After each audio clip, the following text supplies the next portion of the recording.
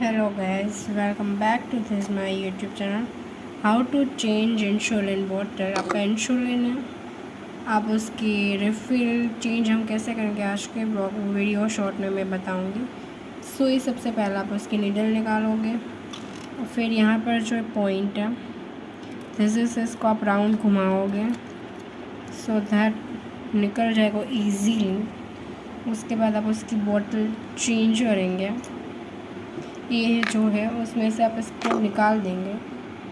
After that आप new bottle जो है लगाएंगे, उसको इसके अंदर डालोगे आप उसको। आफ्टर ये जो है इसका पॉइंट आप उसको पीछे की तरफ घुमाएंगे, फिर आप उसको अगेन राउंड राउंड राउंड हम घुमाएंगे।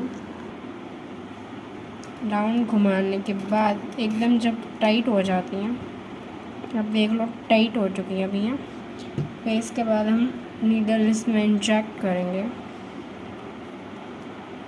तो हमारी इंसुलिन नीडल लग चुकी है।